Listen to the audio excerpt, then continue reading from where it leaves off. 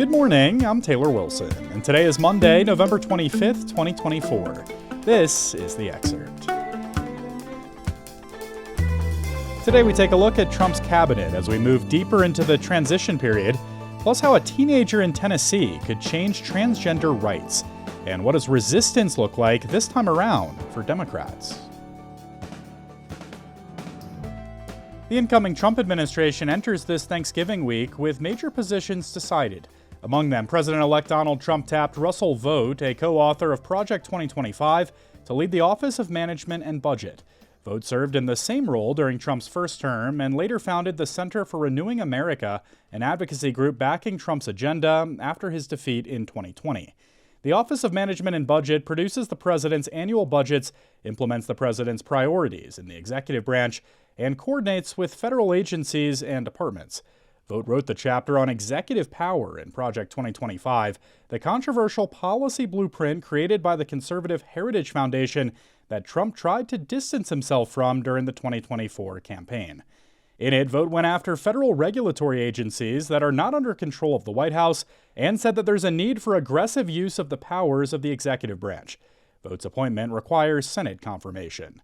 Trump also named Sebastian Gorka, a conservative commentator, to a national security role in the incoming White House.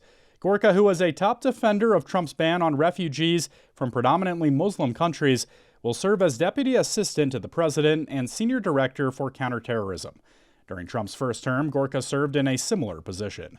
Trump rounded out his cabinet picks over the weekend by naming Brooke Rollins to stand for Secretary of Agriculture.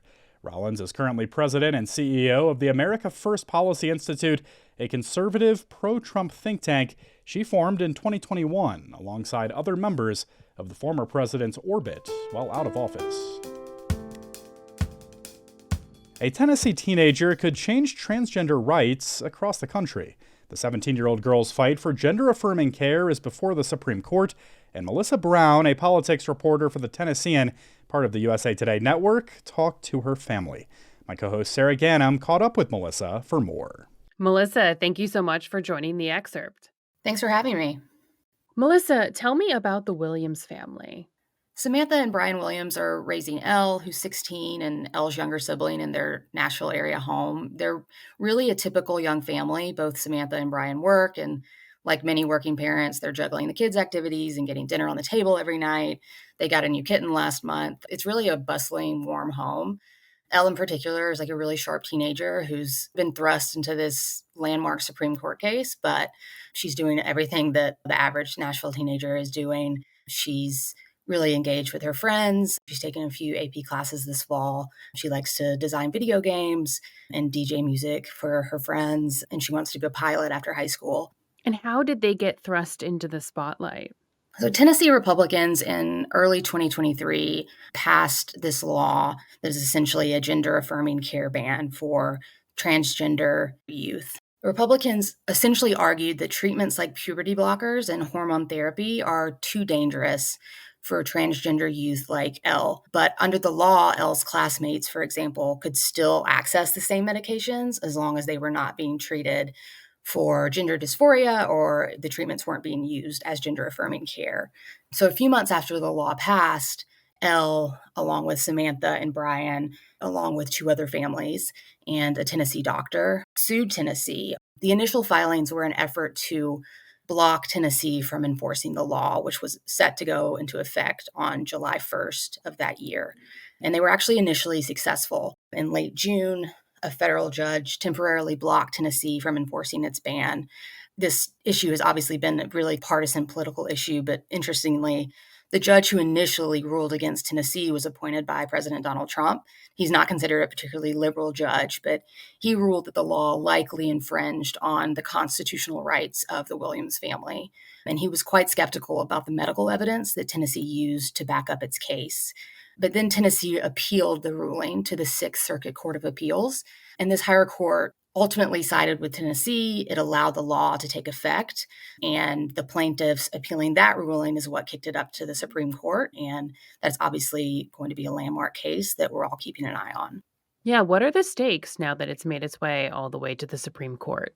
This is a Tennessee case, but really the entire country will be looking on. It's the first time this high court will really consider the accessibility of these gender affirming healthcare treatments and the ability of states to regulate them. It could have far reaching impacts on the availability of healthcare for trans teens, trans youth across the country.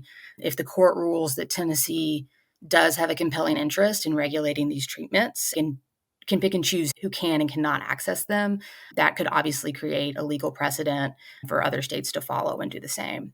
It's got to be pretty unnerving to have a case that is this personal make its way all the way to the highest court in the country with all of this potential impact. How is the family handling that?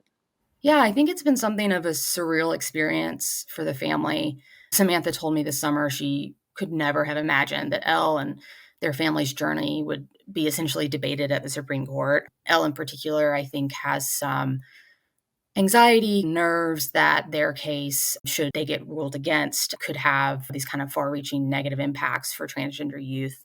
But I think initially and still now, they didn't feel that it was a hard decision to choose to sue. Samantha had already been really outspoken in the state legislature trying to convince lawmakers not to pass the law. And so once the law was a reality, I think they just feel that it's the right decision for them to stand up for their family and their family's private medical journey, and also stand up for other Tennessee families who might currently or in the future find themselves on the same path.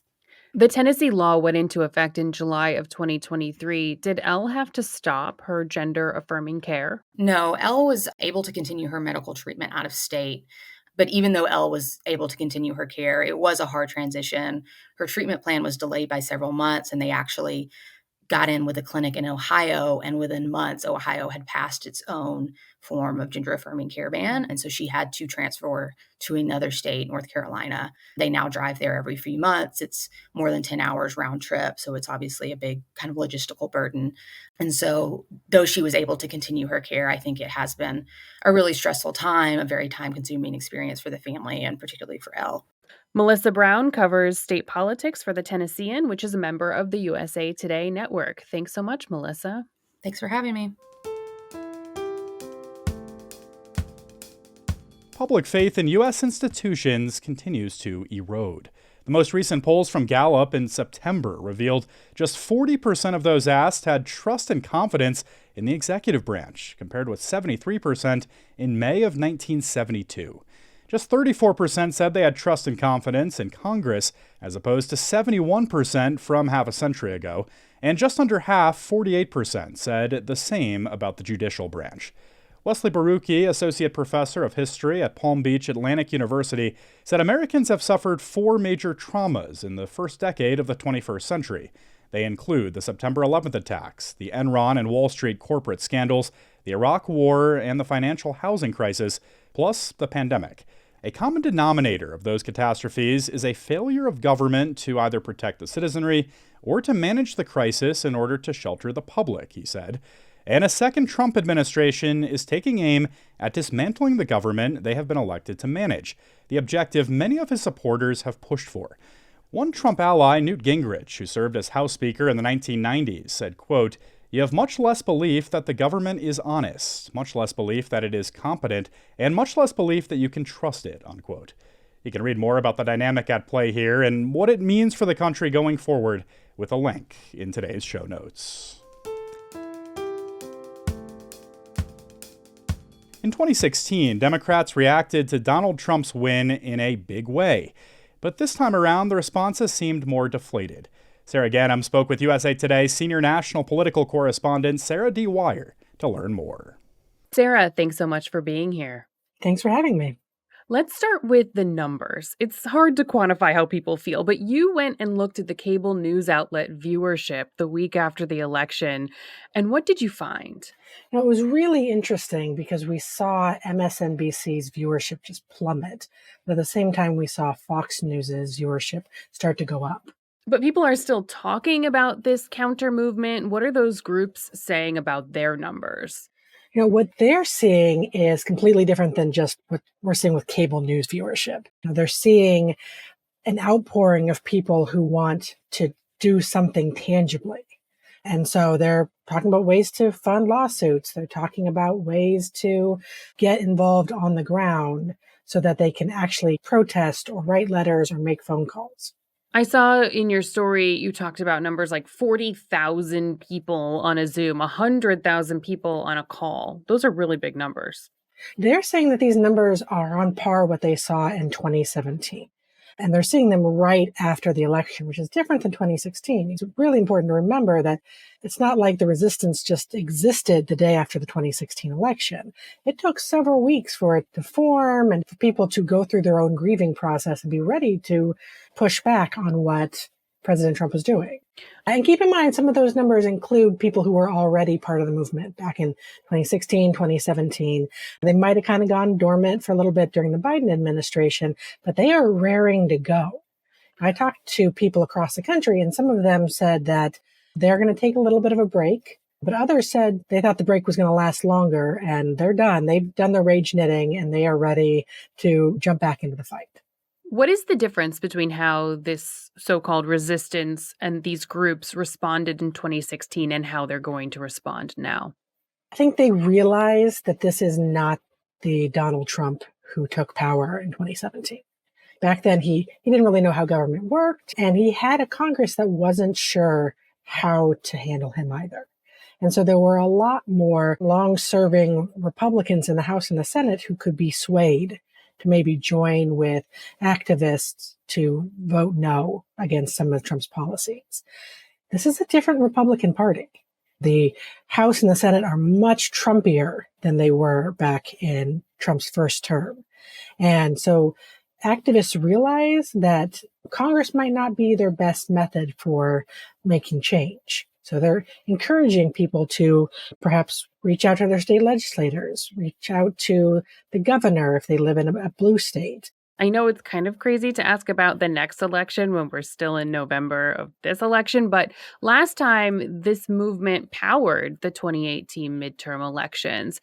Those elections were very favorable to Democrats. What do political experts think as we look ahead to the 2026 midterms? One political expert I spoke to said that these groups were really powerful in the 2018 election, but she didn't think that they would have that same amount of power this time around.